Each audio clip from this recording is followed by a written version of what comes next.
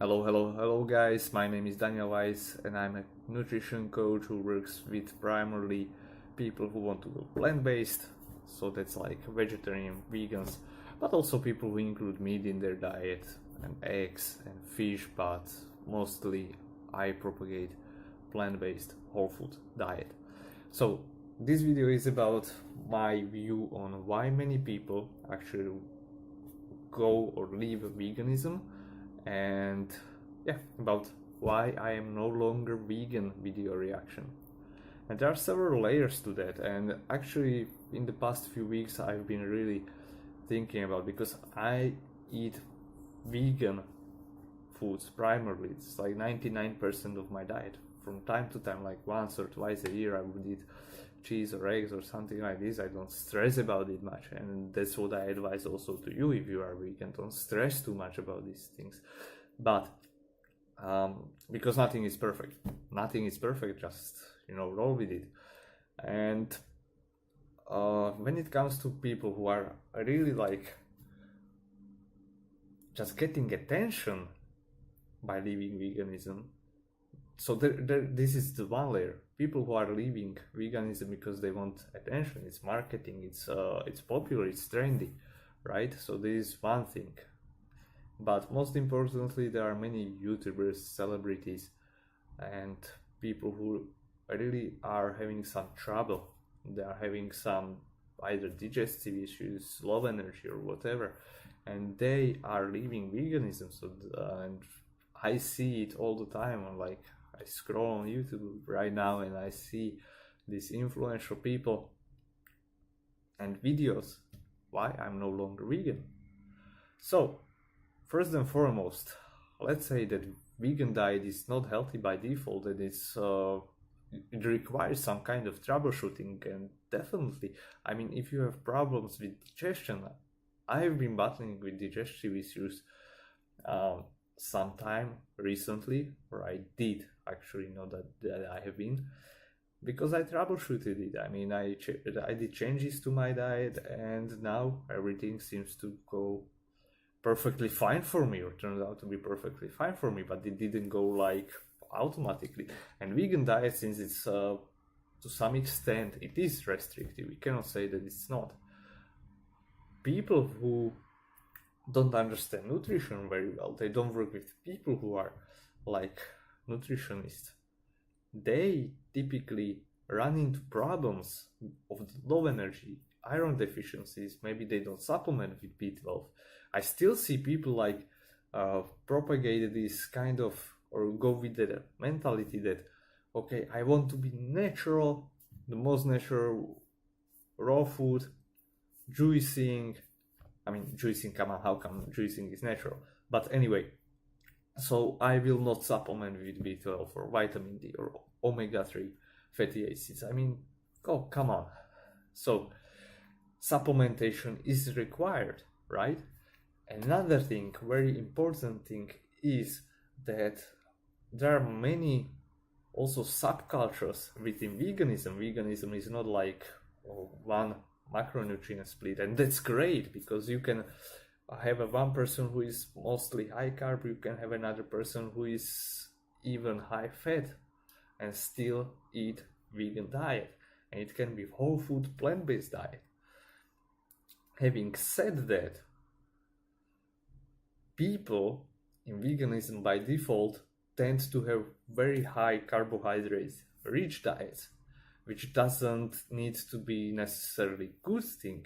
And as one of the improvements that I've done recently is just increasing my fat intake. And fat is very important, especially for women, for our hormones. And since women are very hormonally oriented, that influences them even more.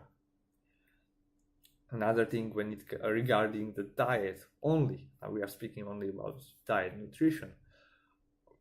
I see like people post, this is what I ate, and I call that kind of food that they post is like nutritious malnourishment, or so what I mean by that is that they have a very nourishing foods, vegetables, legumes, different kind of grains, even nuts, seeds, very well balanced food, but the quantity is just very low, and then they run into the trouble like you have low energy, these foods are very satiating, and you don't simply eat enough because they eat by default. I mean, they eat quote unquote intuitively.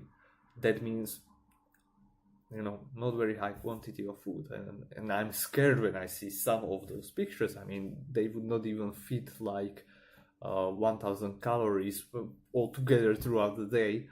And I mean, come on guys, you need to research a little bit, but not only research like articles and stuff like this. While this is a good starting point, you should work on yourself when it comes to the vegan diet, and when it comes to calories, you need to really make sure that you are eating enough of the calories, and there you can have issues like malabsorption, and that's a whole different kind of issue. And this brings me to the thing that most of these vegans that I see that are living the vegan lifestyle, these are people who build their tribe and their viewership and their following by troubleshooting their issues. They have had some health issues, digestive issues, I don't know, skin problems, and I don't know, diabetes or whatever. But that is the problem, that they turn to veganism as a result, or to resolve their health issues and health problems, which is great. They decided to do something about it. But once the vegan diet stopped working for them, they go searching for a different kind of diet, for a different kind of solution for their problem, and that is understandable. But these people are not majority of people, I would say. They are not very healthy. But when I am just bombarded by all these people, when I'm exposed to all these different kinds of videos, it just makes me think and reconsider, like, is my diet good enough? Could I do better outside of the vegan diet? And this question I cannot answer because, simply said, I don't have my identical twin who would be living the same kind of lifestyle, sleeping the same amount of time, and so on. And I cannot compare, the results, like if I had like vegan myself and non-vegan myself. So that would be great. By the way, so if you are my identical twin and we got separated somewhere, after our birth, and now you are viewing this video, please contact me. So back to the topic. We have, I don't know, but what I know, I can take this, or I took this introspection, and I'm thinking like, okay, why would I jump now from this, what I know that works for me, I know how well it works for me, my lifestyle right now, and do changes? Is it that I'm seeking improvement? Is it because I want to troubleshoot some problems? No. And even if I want to troubleshoot the problems and make improvements, can I do it within the realm of veganism? Can I do it within the realm or boundaries of maybe eating eggs and fish, maybe, or including them in my diet, like, let's say, once a month, once a day? These are the questions that I ask myself. So basically, I came to the conclusion, look, now it works for me. It works how it works. Let's look at what is the most important. Calories, macronutrients, micronutrients. And if I can handle those things, then I can start implementing or start experimenting with other things. But don't break or make a big change, make small changes over the time. So this is what these people are, that they have had some troubles, issues, and they jump from one side to the other side. It's like from one extreme to the other extreme, from vegan to carnivore diet. And I think that's a big problem, right? And often they don't even follow any, let's say, or don't work closely with the nutritionist, with the doctor, with some kind of specialist who will be, specialist in their field to help them?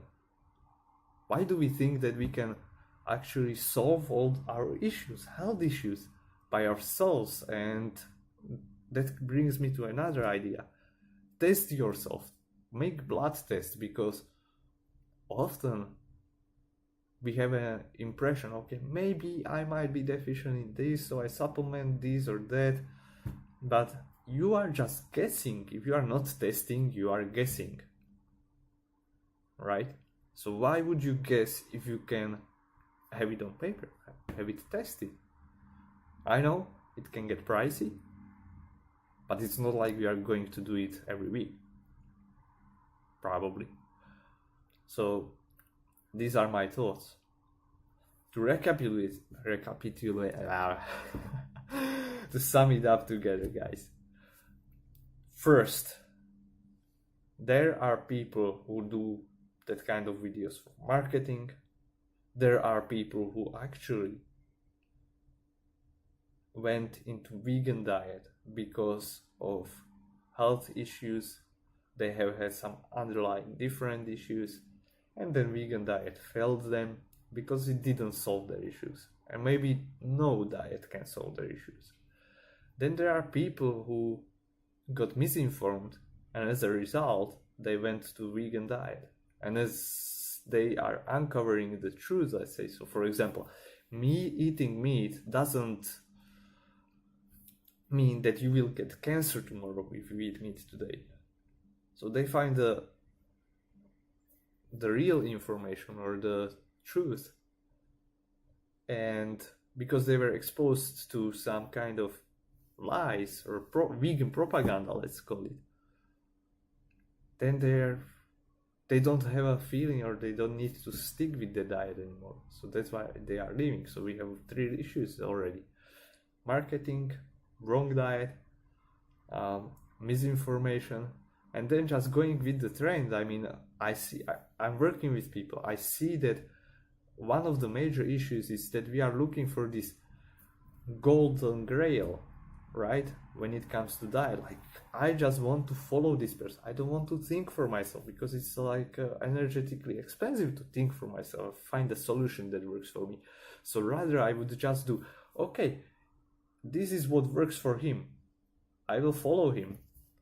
And when that person changes their kind of lifestyle, changes their diet, or do any change, it makes me think, oh, should I also make this kind of change? Which is not necessarily bad, but think about it, just don't follow them blindly. And the problem is that many people just follow blindly, and these numbers of people just take momentum.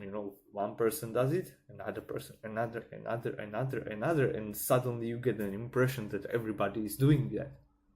So you start thinking for yourself, is it that everybody is true or right, and I've been living a lie until now? So maybe I should also make that change. Probably everybody is doing it, so it must be a great decision. But is it a great decision for you? As always, guys, if you like this video, so please like, share, subscribe, and post comments. I will be looking for them, and I will see you in the next video. Hope you enjoyed it. Daniel signing out.